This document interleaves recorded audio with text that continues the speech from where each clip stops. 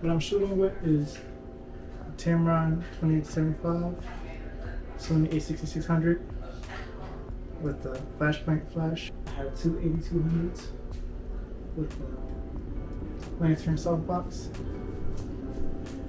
And we're going to do dress shots. When I first start doing dress shots, I will try to make sure everything's centered and everything looks good. Don't want to take shots if dress is not centered. So I'll do shots head on. I do close-up shots as well as wider shots. Since I have a zoom lens, I have multiple options. Next, I go on the side and do close-up detail shots. And then I go towards the back and do some shots of the dress from the back.